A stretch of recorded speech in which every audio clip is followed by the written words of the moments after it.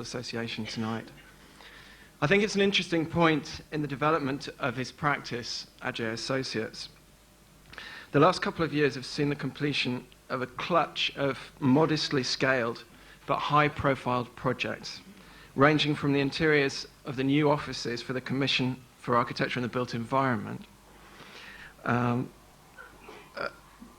projects for the artists Chris O'Philly and Jake and Dinos Chapman, the plywood-clad Elektra House in London's East End. His practice is now moving on to a series of much larger-scale projects for major public buildings, and I hope tonight we'll have a chance to see something of what the future holds. May I welcome David Adjaye.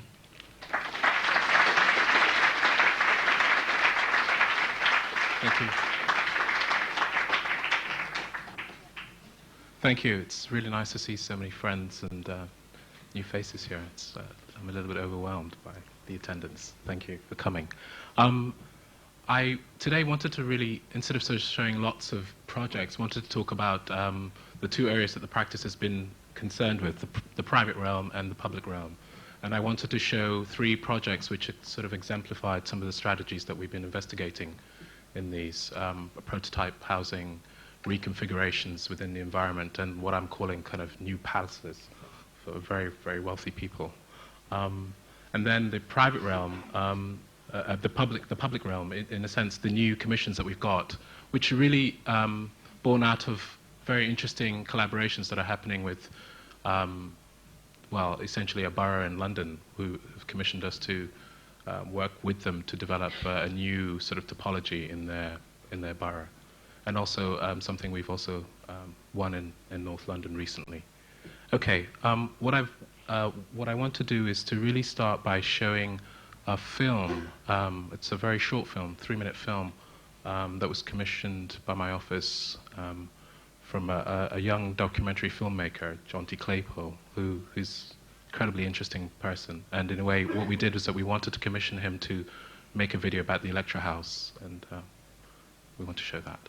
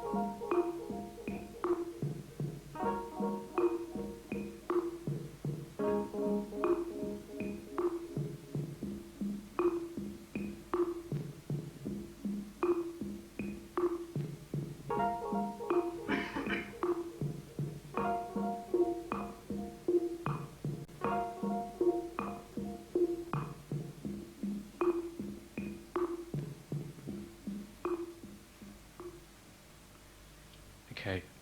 In a way, I've sort of shown lots of slides of the Elektra House, and I felt that it was probably important to try and describe the things that I was very interested in working with when I was doing that house. And in a way, for me, it sort of shows the way in which you're able to repicture the atmosphere in the East End, the kind of the East End skies and the light in the East End, which I think is incredibly beautiful. I'm going to quickly show a small project that we did for a writer, which is just, essentially this writer came to us and said that she wanted us to do her garden for her, and we could do what we liked. But she wanted it to be something which would be kind of a very focused space, and she didn't want it to be about greenery. So the proposal was really to make, I mean, it's a sort of typical Dulwich house, it's one wing of it, and the idea was to really make two small rooms, one for a miniature room for storing bicycles and things like that outside, and then a space really, in a way, to sort of understand the geometry of the space and its relationship to its landscape. It's a orange cast concrete wall with a black screed concrete floor. It's a very small project, but it's very important to me, so I just thought I'd show it. It's cast in 3 bands, and it's a rough cast with a kind of iron ore die in it. And for me, it's really important the way in which that repictures the house, and that the landscape is also repictured through that. The way in which the new volume makes a kind of edit to the landscape.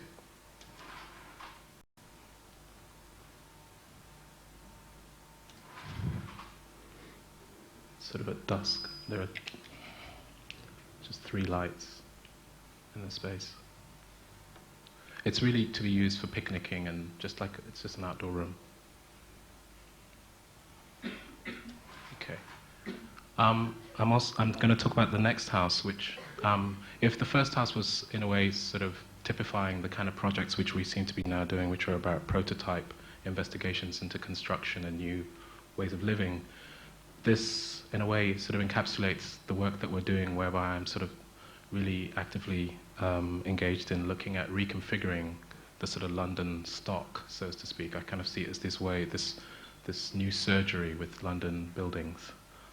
This is the East End. Tim and Sue Noble, typical sculpture projection work using rubbish. This is a warehouse, an old timber factory warehouse that they bought. And this is a house that's been converted into their studio and home. It's going to be complete in 2 months' time. We're very excited about this project. And essentially, the brief was to make the house and studio for them to work in. They work both in drawings and in these large scale, well, these are small, but larger scale sculptures. But also to look at the idea of how one reworks this idea of a kind of dilapidated building in London. So for us, the idea was to, rather than, we could have torn this down or done a series of other things, but we decided that we wanted to actually freeze this ruin and reconfigure it with the new project. The plan is very, very simple. It's 2 rectangles almost with another courtyard on it. That view that we were looking at was that corner. So essentially what we've developed are 4 spaces on the ground floor and 3 spaces upstairs. You come into a very discreet corridor and you're faced with a very long chamber, which is a sort of entry gallery. Then you have 2 studio spaces, a large studio space with wall light coming in from one side and 2 blank walls, and then a drawing space with skylights and an outdoor court with a little door. You go upstairs, and this is a little office for them. You go upstairs and there's a little flat for guests to stay in, little bathroom and bedroom. And then you arrive on the top floor and it's completely refigures, where you have an open space, which is a living space with kitchen, bathroom and bedroom area, which are sort of encapsulated in a glass sort of pavilion with a terrace. So what you get is a double height studio with these windows to the side, and then the drawing studio with its relationship to the court, and then the apartment up above. What we've devised is a wall which doesn't allow viewers to look up, and also doesn't allow, they're able to kind of, well, they're not seen. This is 1700 high, so they're down here. And the idea is that this slot frames the landscape, or the kind of the view of the East End as it sort of grows and changes.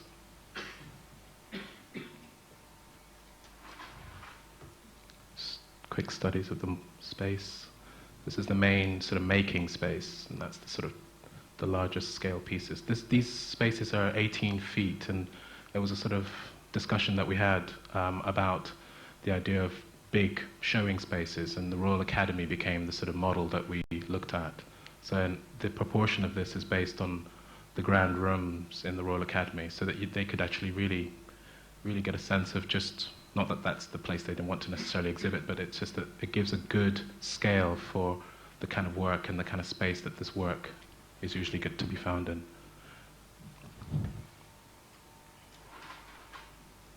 This is the corridor that you enter with the diffuse light, and that's the kind of way to the studio. In a way, this corridor is a sort of transition from the house to the studio, so there's this journey from the sort of private realm to this working studio. That's a little view just showing the apartment and its large overhanging roof and the balcony area. The drawing studio, which has its skylight, north-facing skylight, and the route into the offices. So they also make neon works, and just showing that sort of thing. The house then is sort of roughly stuccoed with an anti-vandal paint. So it's actually going to be covered in a dark black anti-vandal paint, which is very striated, which will seal. It's sort of like a polyurethane seal to the fabric of the building, so making it watertight. It's the entrance in the large corridor, the studio. The side with the large windows to the studio, this is a large opening wall for getting works in and out. It allows an articulated truck to arrive and collect their work. Last view. The remodeled house. On the ground floor, it has tinted windows, in a way kind of giving something maybe to the passers-by. And upstairs, it has deep set windows. The apartment up above with this roof, which it's been designed with Technica, Megan from Technica, who's been amazing working with us. So a study of the existing condition of the house and what it's going to look like when it's finished. It's going to be slightly darker than this, and these are mirror tinted and these are tinted a bit further back, and that's the extension, and then the roof. These are some construction shots looking at that main space and the frame and the view. It's very difficult, it's covered in scaffolding, but I just thought I'd take these. But you can sort of see Broadgate and the city. It's Tim and Sue drawing studio, and then the house.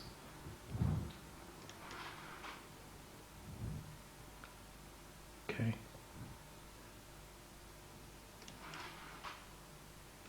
I'm going to talk about this project, which I'm sort of calling a palace, really a contemporary palace. Sort of came out of conversations that I had with Caroline Roux, who's here, I think. But the idea of somehow these new houses, which are being made for very wealthy people, there are a lot of them in London, and for me, it became very interesting to look at this project and to really start looking at the ideas of luxury and what it means to have a large budget and what you do with that.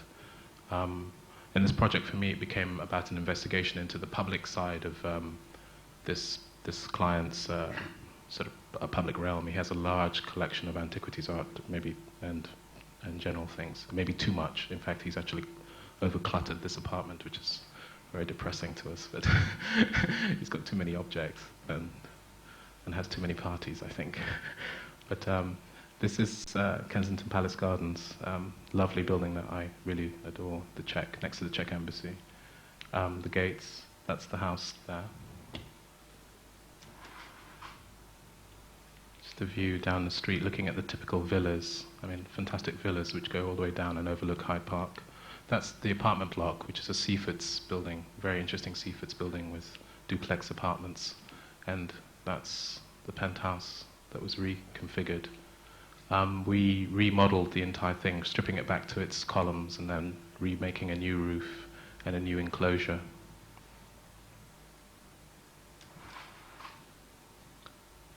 Just looking at the modified roofscape, what we did was really, essentially the penthouse had windows very similar to that along it, and we stripped it back, and what we've done is on the front condition made a fixed glazed structural wall, which is a wall of Privolite glass, which switches on in bays, and remodeled the entire roof. And then on the garden side, we've made a wall of opening windows so that each room completely opens in a balcony-like condition to the park. I'm just going to take you through the plan. Essentially, there's a main core, which is the given by Seafoods, which we remodeled and repositioned so that you come directly from the apartment, directly from the lift into the apartment, where that's that view. That's the sort of the waiter, the button to call for the lift. And essentially what it is that 2/3 of the apartment is sort of given over to his, what I'm calling his public realm, where I investigated using a limestone, a Portuguese limestone. Portuguese stone's a sort of favorite stone of mine after spending a long time there. But essentially using a limestone which would make a kind of a new kind of environment for showing work. The ambition was to try and do something which would be different to the white box, the white room interiors that you have in these sort of fashionable houses. So I really wanted to make something which had a kind of different reading so that the work, the objects could have a much more free relationship without the sort of association of domestication of dark wood, white wall, shadow gaps. So what we've done is sort of use the limestone in its sort of solid, sort of 30mm thickness on the floor, and used it as a veneer cut to 5mm with a honeycomb backing for some parts of the walls and ceiling, and developed a lighting system which articulates that using fiber optic.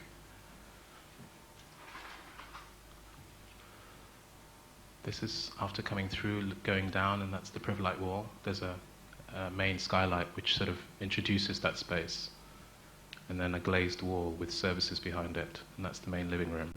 This is a ceiling plan, really, just to show the symmetry of that. There's an interest I have in a symmetry across the plan.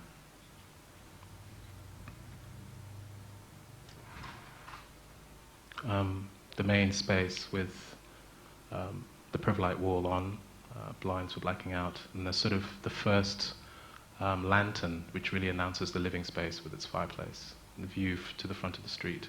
This allows both daylight and artificial light, and the air conditioning is completely concealed. I mean, this project for us was really interesting in that it allowed us to explore museum-like, I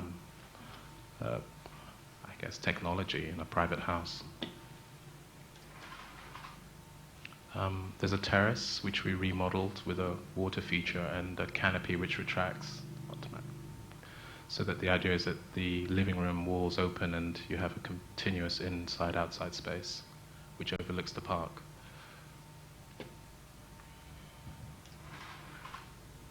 So that's looking back at the duplex apartments, and that's the rear with our new windows and new volumes up above. New beam, the canopy, and then this sort of demonstrating that the entire elevation opens, so that actually you just have openings should you wish to the idea of kind of actually living in the landscape, but in a levitated position. So that's just looking back at that in the daytime with the canopy retracted. That's looking back to the kitchen area, which has great views of the park. And then turning around and going back, the library, private areas, sort of signaled by this dark smoked oak, which, and these doors, which are electric doors, which open very gently with this two-way glass, which allows you to come close to them and not see through, but when you turn to the side, you can see what's going on in that room. The idea is that he has servants, and the idea is that they are able to oversee him without necessarily being seen if he's with people. Extraordinary. Just talking about the way in which the roof was profiled.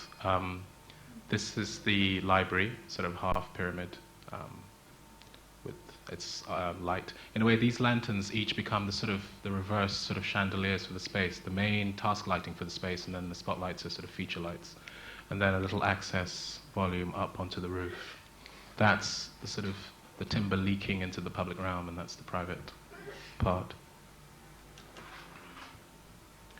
There's a corridor that you face kind of as you go down the center, and it's completely skylit.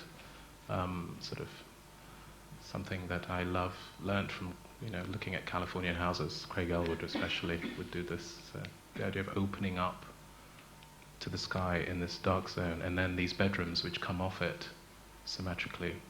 And the bedrooms are made from a block of sycamore, so what you get is the story of the timber unfolded, made as a veneer, which wraps right around the room, and you get the growth lines going around the room. And then these lanterns which give you the artificial light, and beds which are made out of the same material. So in a way, trying to investigate the power of the material to make a kind of new luxury, if there is such a thing. That's the second bedroom, which overlooks the street, and its lanterns, and it borrows light from that corridor.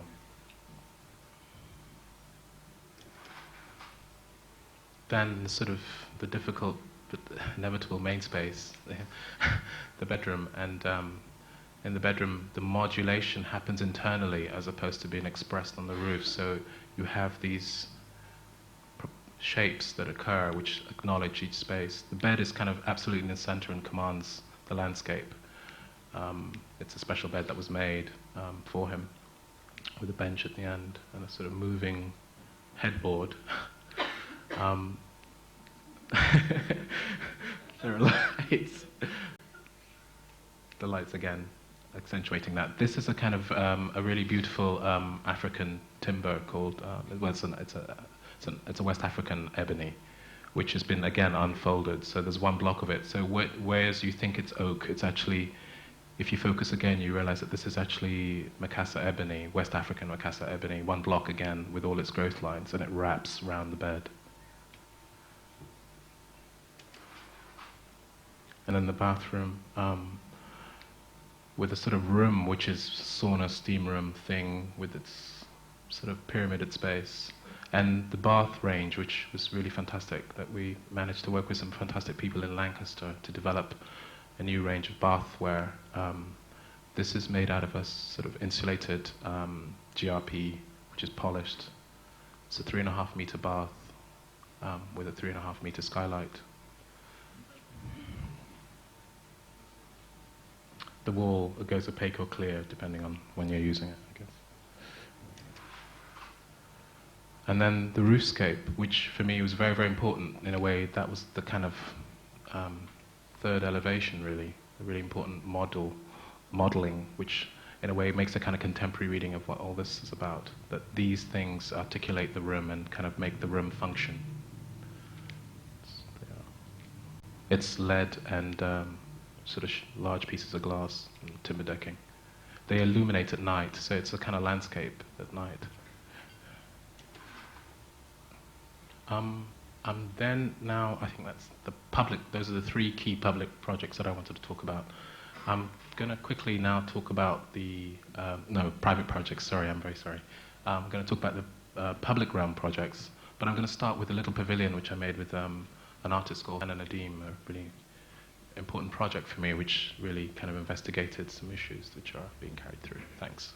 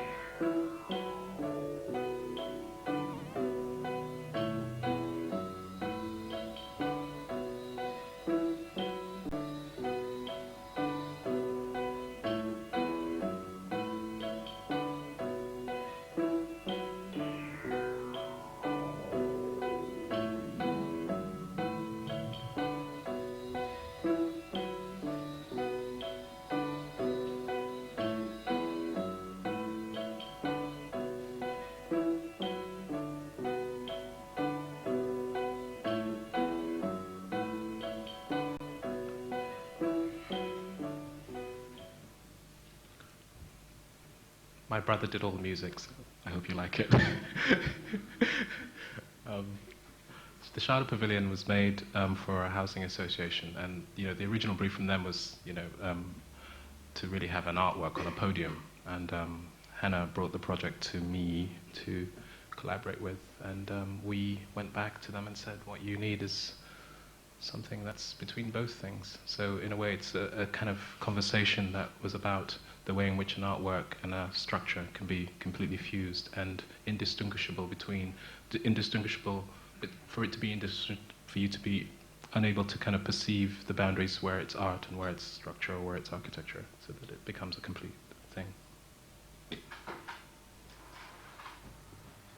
I'm now going to quickly talk about the libraries that we won about sort of 7 months ago, 8 months ago, which have just, we're in a really critical stage of.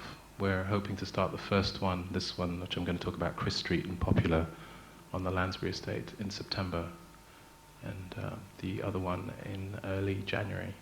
It's a very interesting competition that was set up by Tower Hamlets borough, and the idea was really to, after a lot of studies that they've been making in their borough, realize that their adult education facilities and higher learning facilities were really not capturing the public imagination, and these courses weren't as well subscribed to as they would have liked.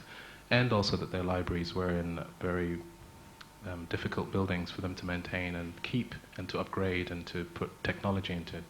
So there was a study done to talk about a new kind of topology where they would combine these two facilities into a kind of new type.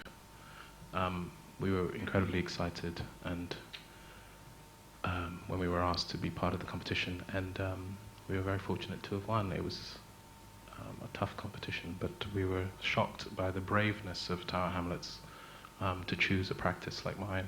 We hadn't built anything of this scale, so we were really thrilled that we thought it in a way signaled a kind of change in the attitude of these boroughs.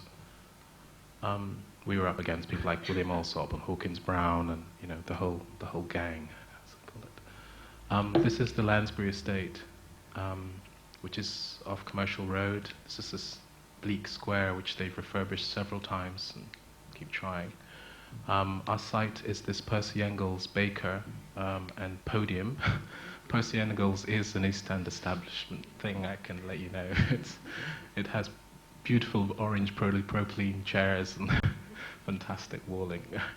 Anyway, it's the local meeting space, but they're moving to a bigger space anyway. But essentially there's an arcade space of shops which are around here. The famous clock is around the corner. And our site really is the Percy Engels unit and the top podium. The idea is to really test, the competition was won on the basis, I kind of proposed a morphology of, the idea behind this project is that, sorry, I should return back. The idea is that there will eventually be 7 of these buildings in Tower Hamlets. So we are working, the first one was done by a company called Bissett Adams, and we're doing the next 2. And the idea is that we are developing a morphology, an idea which can grow throughout the borough and deal with different sites. So, the podium site. This is a kind of podium which is sort of guarded by the caretakers of the estate, because it's used as a space of, it's a congregating space for children, and the residents are always complaining this is the only access point for all the residents. So our proposal was to really make a building which took this. We could have put a building in the square, but we didn't want to take away the square, but wanted to animate it. We decided to erode that and put a building over the podium. Sorry, these are mirrored, but that should be flipped over. Essentially, what the program that's in these buildings are drop-in sort of technology learning short courses, government-sponsored short courses, and then library facilities, teaching rooms, children's facilities, cafe, and study bays. What I've done is to really kind of make a short dropping area at the front, a large double-height space with escalator and a circulation device which brings you up to a podium, and then from this point you have a fantastic vista of Canary Wharf. This podium is sort of got a fantastic position with the city. And then essentially to make a large hall, a large space for Popular to sort of gather in. The nice thing about what's happened with the technology behind these libraries is that you no longer will need to go through a sort of barrier with a sort of person in a round kiosk dropping books and returning books. You are going to be issued, all the books will be magnetized, and you are issued with a smart card that when you join, and you swipe yourself in and out. So essentially it's a large civic space. I mean, this for me was the most exciting idea behind it, that it's sort of freed up and made a potentially real social space where essentially your membership is what sort of gives you, allows you to take books in and out, but there aren't people there. It doesn't, the idea of an institution has been completely dissolved. It's a kind of public room.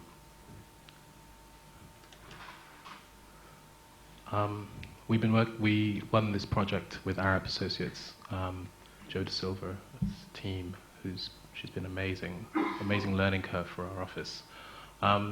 Essentially, we're working with a sort of concrete frame building, which wasn't quite built to what they said it would be built to in the drawings. So we've had to redesign a structure which goes through the entire building, or tries to maximize the load capacities that have been given in the building. Essentially what you have is a tilted roof with varying skylights and a primary structure, steel frame structure, which is on a very simple grid, a very kind of egalitarian grid, which goes right through the site with no secondary bracing. So you have primary steel, very thin, and then you have secondary bracing done by timber joists at very tight centers, which rack right across. So what you get is, what I've always been saying in this project is that the roof, the perception of this roof from the arcade becomes incredibly important. So you get this reading of this from the arcade and when you're in the space, which will be interspersed with natural light and artificial light. The facade of this building, I wanted to kind of make something which had a completely different relationship to its... I wanted something which had a kind of newness to it, which was not about seeking something new, but really something which signaled the idea that this was a new type of topology in the city, or in Tower Hamlets. What I've been working on and haven't sort of what's been developed is an idea whereby you have a double skin of glass, colored glass, and aluminium insulating panels, which interchange. So there's a kind of a study which is made about orientation and position, and then percentages are then allotted to that, so that you have a sort of system which is building up a catalog, a menu of how one makes these buildings. And then strategically, in the context, you then frame specific views, or you articulate certain things that you want to emphasize. I'm trying to find a way of making a kind of an approach which can be translated over these 6 buildings eventually. So front elevation. Each building, almost peeled inside out, has a menu board, which is a digital video wall, which is programmable for sponsorship. Advertisers can hire it, local community can hire it to hold events, and the library projects out events. Zadie Smith is doing a book launch or reading or something, it's signaled and it's scrolled around the building. So in a way, the building is a kind of encapsulation of what it is. That's the rear elevation and the side elevation. So what you get is a very long landscape building to these towers. The roof of the building is made from, it's kind of made with moss. Just quickly looking at the entrance, it's a large model in the office, but essentially what you get is the 2 towers look down on this roof. It's a moss roof, which is tilted. Because it's tilted, has 2 colors to it. It's both a tan, you get a tan moss because the water is less, you have less water content there, and then you have a very green moss roof at the top, and the skylights kind of articulate that datum. This is the entrance looking up at that timber roof, the primary steels and the timbers. Side, through the arcade, these are other shops, and that's our unit, which projects over and takes you up. And the idea of the hall, the space which these timbers and the diffuse light, sometimes artificial, sometimes natural, which filter through. We're still working on the sort of layouts of the interiors. It's a sort of second phase, so this is a generic study, but we're specifically designing the entire interior. Close up, the idea of the messaging system, the adjustable glazed wall, and the timber quality of the space. The bend of the roof to the back. The idea is that the children's library occupies that area. The rear, looking at the roof condition, which we believe we can get a clean line across those two. So the man from the Moss company says. And just really, the meaning, I mean, in a way, this for me is the landscape building. The two towers which overlook that, and the way in which that will sort of become a new focus for the square.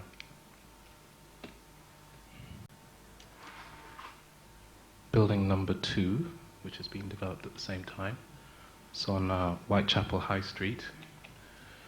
I don't know if you know this market, fantastic vegetables. And it's being improved. It's a real asset in the area, actually. They have these fantastic awnings, which sort of make a sort of buffer, a real sort of buffer to the main street, which is really one of the busiest streets, one of the main arteries into London from the east. So,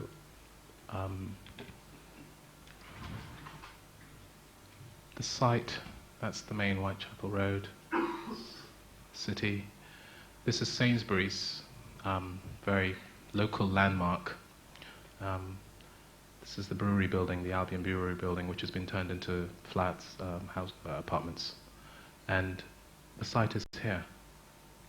The strategy was to make a building which didn't connect to its context physically, that made a kind of new civic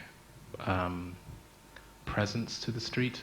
Whitechapel is a really interesting street. We sort of all think that it should go up another sort of 4 or 5 stories and become a real boulevard. But anyway, our building is a 6-story building which sits freestanding, disconnected from all the other buildings. And also, in the way that sort of churches and town halls used to make breaks in the street, projects from the building line to kind of make a conscience sort of statement, full stop, on that part of that street. The building footprint is long on the ground floor and then becomes a kind of efficient block towards the street. That's the projection that I was talking about. The markets that I first showed were here. That's the East London line, which comes above ground at this point. So that's why these buildings are so low, because you can't actually build, well, they haven't been able to build so close to the tunnel. But what's amazing is that from the building you'll be able to see this incredible phenomena in London where these buildings are incredibly thin, and you get this fantastic view to this London transport thing. The project really establishes this thoroughfare to Sainsbury's as a kind of an important sort of pedestrian route. And then really, these are the market stalls, sort of makes a bay projection over to essentially collect you up into the library. This will become clearer later. The program here is much more dense. It's the same thing but intensified. It's Chris Street. There's a retail aspect to it. There's a retail unit which is to be let. What you have is basically a drop-in center for AV, suites, CDs, etc. on the ground floor, and then short learning courses and a small classroom. The rolling stacks are here, and what you have is a very densely planned core, the spine of the building, as I'm calling it, which with plenums kind of articulates the services and also the way in which another route up and down. You have 2 staircases which are wrapped together to kind of make a kind of helixal sort of device up the building. So essentially we freed up the entire facade from any sort of servicing of circulation programmatic devices. Everything is contained inside, and what you get is a very pure volume which gestures towards the city. The rear has a small building on it with a terrace. That's the ground floor. You basically come in through the corner and through the side, the alley, the new sort of pedestrian alley that's reanimated. You also pick up an escalator right from the street. This is an open void. It's an escalator that just comes straight up. And you're in the space, which is again a sort of sample of all the services that are going to be in the library. Classrooms are attached to the core. We're using, with Arabs, who developed a sort of fresh air system, which is a sort of mechanically pumped air system where the air is pumped through the floors and delivered down plenum chambers in the service core, so that we don't have any ducts in the building. It's just circulated through this vertical riser and through the floors. It's a concrete frame building here.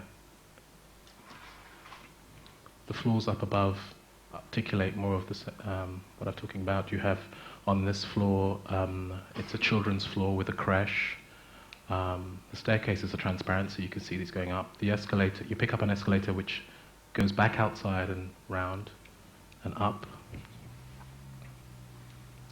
You arrive at a floor with a triple height space which picks up a staircase which takes you up further. These are the workrooms for staff and more classrooms.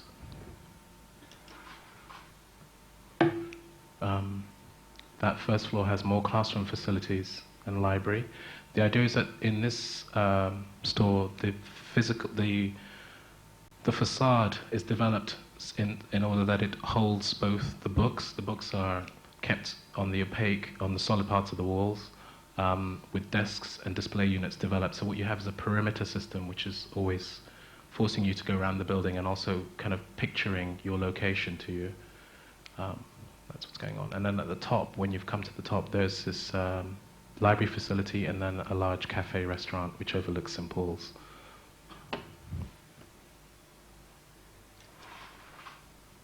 Just a quick diagram of the building. Essentially, the volume with the escalator which comes up, and then the wrapping escalator and stair which takes you up to the top. In a way, I wanted to make a building where the core acts as the kind of engine, but then you've got a building where the building not only talks about itself, but also talks about its relationship to the city. So you're given views, and you're sort of articulated to see things on the building. This is the second facade. I shall talk about this a little bit more in a second. Section. Small wing pavilion, the car park. The main circulation spine. It's very large green plenum boxes which deal with filtering air, and the two sort of risers either side. That's the triple height space there. Then the facade of the building. Again, messaging. That's the ground floor escalator. Scrolling digital messaging which wraps around, and then this facade, which is the staggered book stack. I kind of described it to the client as a kind of reverse of the book stack. And what it does is each piece of glass is a different color, so you fade from blue to green, accentuating the corners, the geometry of this form that we've sort of managed to get. And you articulate that with this color fade, which wraps and causes a kind of perspectile distortion to the facade. That's that corridor on the second entrance, the terrace. The rear to the car park, the dance. This is a dance and yoga pavilion and complementary therapies. So that's a sort of volume on the rear. And then quick model studies in the office just to show you what's going on. Essentially, the building looks like a glass building, but it's not. It's a perforated box, but it has a glass skin. So it sort of works with these two contradictions in its facade. It has a large overhanging 6-story atrium which doesn't touch the ground, so that as the market users go up and down, they experience the content of this library, incidentally. That's the side passage. It's the rear, the second entrance up. So suddenly understanding that cut, that sort of urban sort of porch, which happens in the escalator, which takes you up. When you've gone up, this is the view through the double skin. I mean, that's the atrium wall and the first floor, and then that's the terrace back there, and then that first floor that you come up into, exposed concrete ceilings. We've been struggling with Arabs, but we think we're getting there, where I wanted to make a transparent south-facing glass building, which they think I'm bonkers for doing. But the idea is I really wanted to make something which started to enjoy this dappled light which would happen off this pattern that was created. Essentially, this atrium which you walk under every day, which is open, becomes this light installation, almost, just monitoring the way the sun bounces in it. And what we've realized is that actually by working with this, we've managed to cultivate it to warm the main spaces in the winter. It's always 35 degrees, well, fluctuating between, but it's about 35 degrees in the roof, and it's always a sort of microclimate as you just go up the open escalator in this one. So you're in this very strange space which is neither inside or outside. Looking at coming out and then going up again in that atrium, the light, which is very important to me.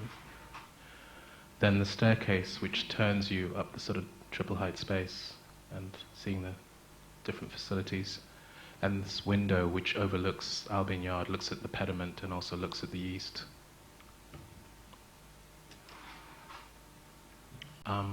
Sort of a study model that was made in the office, looking at the glass and the aluminium infill panels, and the rails. So the building looks, just frontally.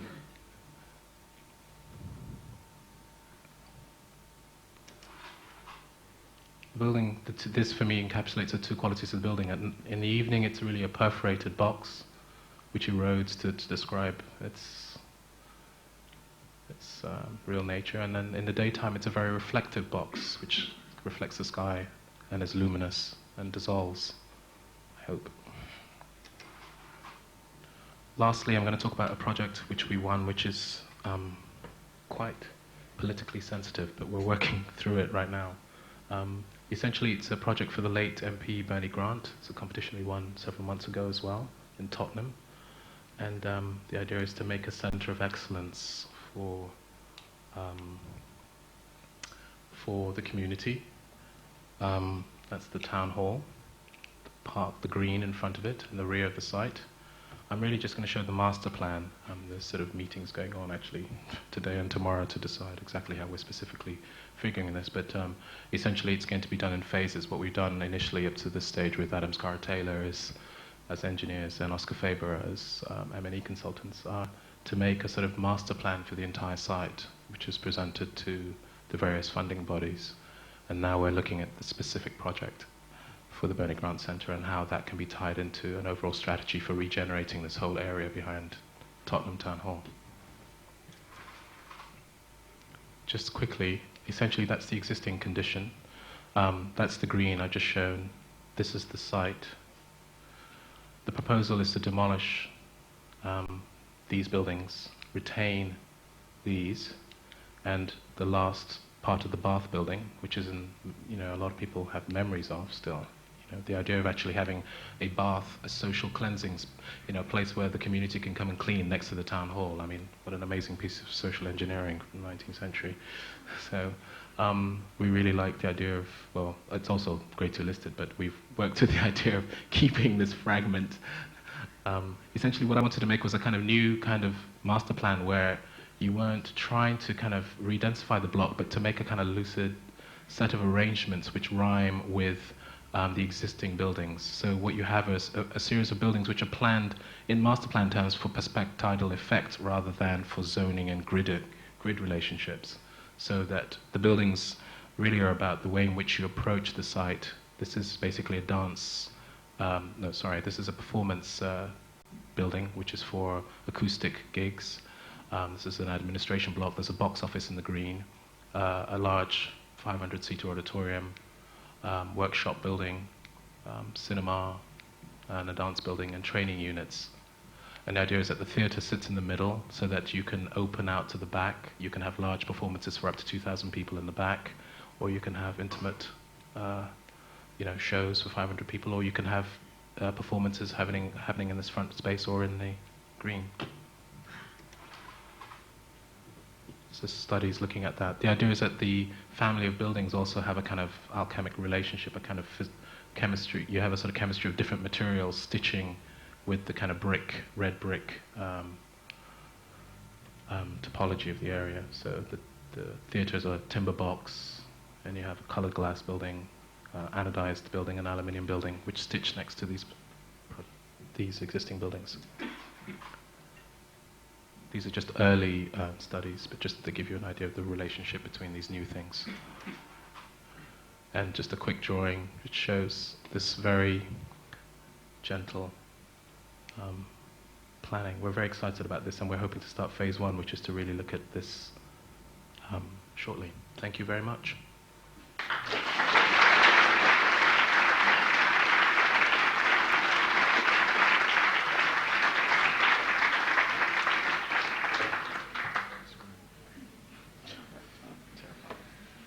Thanks very, very much, David. I don't know, where are we in terms of time? I think we should definitely take a few questions, whatever the time is. Do we have questions for David, please? No, good.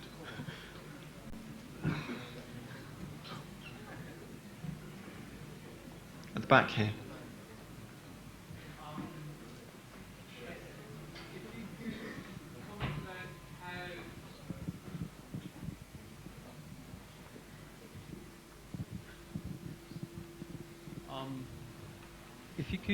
If you could comment about how being African and the whole culture of your home country sort of influences your architecture, because I'm really curious about how. What do you mean? Because I can see something different, something a bit different. I think there might be. It's really difficult to. I mean, I guess it's a genuine question. I live in London, brought up all over the place, really. Grew up in the Middle East and here in Europe. I don't have a kind of specific. I mean, as somebody, Tony Appio says, you know, the way in which I am is a kind of collection of things. It's really difficult to distill that there isn't a home thing and then there's a here and then I somehow have influences between the two and I bring them together. It's kind of very difficult to do that. I think what you get is, yes, a man of African descent, absolutely, an architect, absolutely, a set of kind of sort of readings that I have that are personal about the way I work. And I don't sort of make a sort of political African architecture. I make a kind of architecture. Sorry, does that help you? Maybe not. Okay, any more questions? More questions? I have a question. Where did you learn about timber from? The veneer. Where does the veneer trick come from? The good story is that, you know, my parents come from. This is when I'll spin the African thing for you. The good thing is my parents come from, their sort of wood chopping village up in the mountains. No, I've been passionately interested in timber for almost all my career. As a student, I was completely interested in timber, and I studied. I mean, I was very fortunate when I was studying at the Royal College to spend a year in Japan, just under a year in Japan, and I was there measuring tea houses and temple structures and gates. I did measured surveys of them and documented them and drew them. So I got a kind of very deep and passionate sort of connection to timber. Yeah, Lee. I'm very interested to see the new typology of Yeah. building in the East End, Yeah. knowledge store, the idea store. Yeah. How happy are you? Sorry, I don't know if everybody caught that, but obviously the idea store is your new typology of building in the East End. Yeah. And how happy are you that the program for that building has been fully resolved? You know, it's still a new idea. They're investing a lot of money in it. Yeah. Have they got it really resolved, do you think? Before I sort of, just a bit of background, before I came along, they spent 3 years doing studies, research on the project. So it's not something which sort of has developed over the past 6 months. It's actually been sort of brewing for the past, in total now 4 years. So they feel like they have understood that they definitely want to make this new kind of building.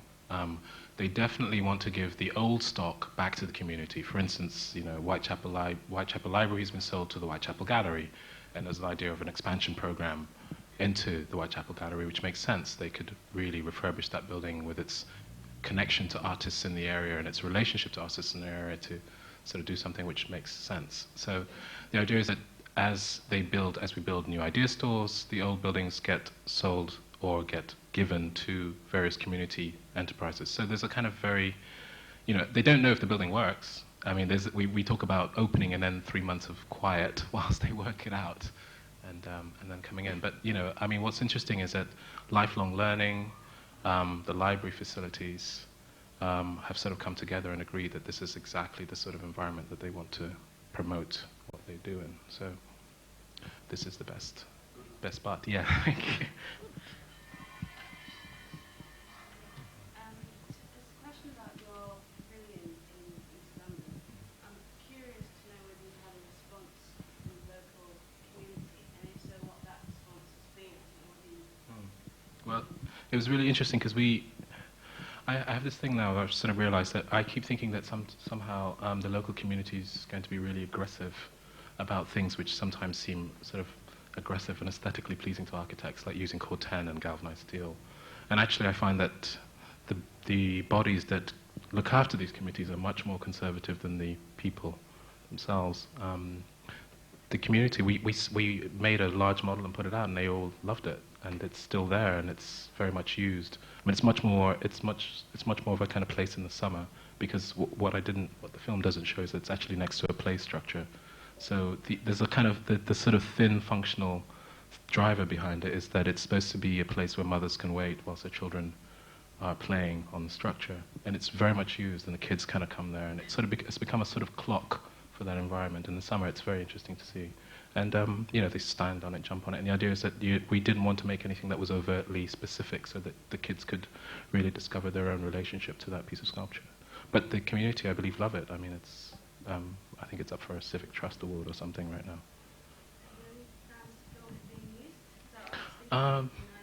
Yeah, it's very expensive to make these films. But yeah, no, it'd be really great to, yeah. No, I'm sorry. Yeah. Sorry. Do you want to? It seems like facades are quite important in many of the projects we've seen. I was quite intrigued by the use of what's it called? Graffiti paint. Yeah. And where did that come from, and how? If you could slightly more elaborate about the facade of the library. I mean, how does that strip system work, and what exactly do you think it does? Because eventually that is what links all the libraries together. It's interesting. I had the same question from an English heritage officer, sort of saying, well, "What's all this about, then, Mr. Adjaye?"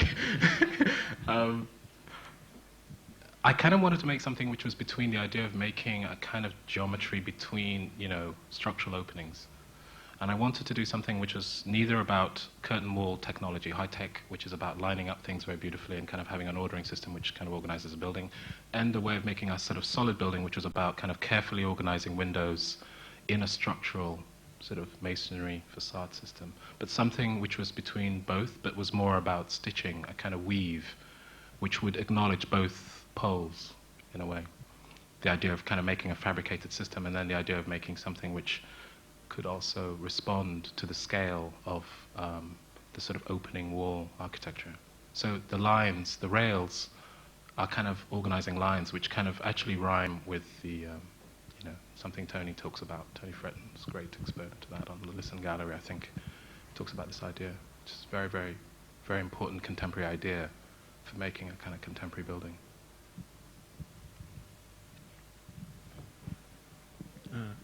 Here first. Okay. It's to do with what sometimes reads like the rear extension of the library. Right. And most of your projects are very controlled. Yeah.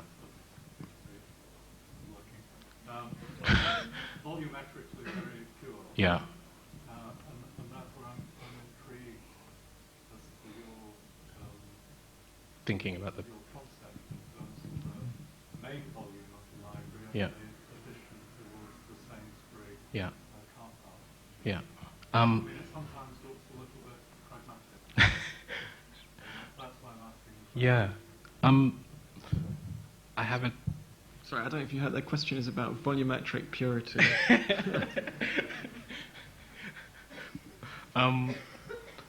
I guess it's... after kind of spending all that energy and effort in making a kind of pure volume, which has been a hell of a thing to push through, I realized that we still... I mean, for me, it's this idea of the podium and the block and the pavilion. And I really wanted to kind of establish this podium, this block, and this pavilion, and I wanted the pavilion building to be distinctly articulated differently to the pure building, in a way slightly corrupted, slightly more frivolous in a way. So, and maybe that's, you know, I'm not very good at super, but I thought that was a way in which I could make a kind of light pavilion which acknowledged the two functions. Essentially, it responds very specifically to the two things that are happening in there. One, it's a 5-meter space for dance, and then the other one is a lower space for complementary therapies, which is a much more very focused thing. So the idea is really to make a kind of pavilion-like building on the podium to the car park, so that you see this other folly, which is separated in its articulation, sort of on the terrace, you know, with foliage around it. Okay, yeah. You made a distinction in the presentation between private work and public work, but in a sense they're sort of radically private work and radically public work. The homes weren't your typical home in the sense they were quite private. I mean, the sort of Elektra House, which is quite Yeah. public in a sense, and the house of the artist pair, since you can't view over the parapet wall Yeah. space. And then you move on to projects about libraries. So in a sense, the initial task of the homes was to sort of keep the public out, and then the library, which is quite a bit about bringing the public in. And what, if anything, did you learn in these domestic projects that were to keep the initial half of your career and these new public projects? I mean, what, if anything, can be translated into these? I think it's very difficult. I mean, one, I'm not interested in, I mean, I'm always interested in the idea of prototyping and working through scales.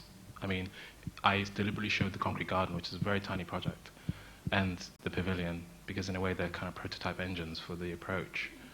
And in a way, those two poles kind of encapsulate the thinking, actually. So there isn't a direct relationship from sort of learning about how to keep what you call the private out. That is not the intention. It's more about making a kind of new domestic realm, which is different to the condition that you have, which is about, you know, I just kind of want to see a difference. So I called the Elektra House a kind of prototype house, and we're doing another one in Catford, which we're building for even smaller amount of money for really very, very nice man who, you know, just wants a kind of, you know, new type of house. So there are these type of projects which we're making, which I'm calling prototype houses, and I think there's a space for them. The idea that you make these new kinds of dwellings for people who want something different to the standard stock that you have in the city. And then, you know, in Tim and Sue's, it's about kind of how these people who are these new types of people who live in the city kind of want to articulate their world and control their world, and their relationship to the outside world. You know, I mean, definitely Tim and Sue, you know, I don't know if I should say it, but you know, want the freedom to be able to kind of, you know, run around naked if they want to. I mean, why not? And not to, you know, and to be able to have that kind of flexibility in the house, that the house is really their world, actually, because they live in a very public world. You know, everything they produce is on show, scrutinized, looked at. And then in public projects, actually, contrary to that, I mean, it's almost a kind of reverse. If they're almost Janus-like, you know, they become very, very transparent, because I think that the whole idea of a public place is that it's, I hate the metaphor of glass as transparency, but I like the idea that somehow, you know, the buildings become slightly posher, a little bit more, you know, and clear, and you kind of like, you know, you get a kind of understanding of what that means in the public realm. You know, in a way, you know, they talk about shopping in the kind of briefing document, but the idea is that it somehow has a kind of an immediacy and a power that makes it instantly civic. And you could do that by muting it, but I find that appropriate in certain kind of programs, but not in this. So in this one, I want to kind of, it almost like I invert it. It actually peels the other way around, and it becomes incredibly transparent. So. One or two more? No? Okay. Oh, here we go. Chito. There's a mic here, Chito.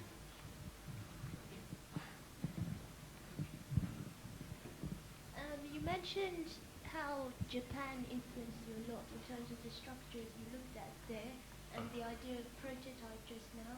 Can you tell us a bit more what your main influences were, or what impacted on you the most during your formation? Was it actually influenced most of your work, or would you say you would like to be able to project out in the future? I'm sort of not understanding. Are you trying to... Sorry, say that again. What has been your greatest impact? Oh, thank you. What's driven you? What drives me? Yeah. Oh, what, to be an architect, or to do what, the references to my work, or what do you mean? Yes. Oh, As a person, as an architect, what is your driving? I have no idea. I just do this stuff. No. Because it was interesting what you said about Japan. Yeah, no, I'm a sort of culture junkie. I'm completely fascinated by otherness, difference, sameness. So I visit places. I mean, I'm always traveling as much as possible with friends, looking at things. And they all have a kind of influence, and they will come in at the right time, and I have, Japan was specific, because I was very interested in timber structures at that time. But, I spent a lot of time in Kenya looking at Maasai villages and the idea of, an urban diagram. I spent a lot of time in California recently looking at case study houses. So, I mean, I'm not interested in any specific thing. I'm interested in the whole. Yeah. All right, David, thanks very much once again for Thank you for a asking. really fantastic lecture. Thank you.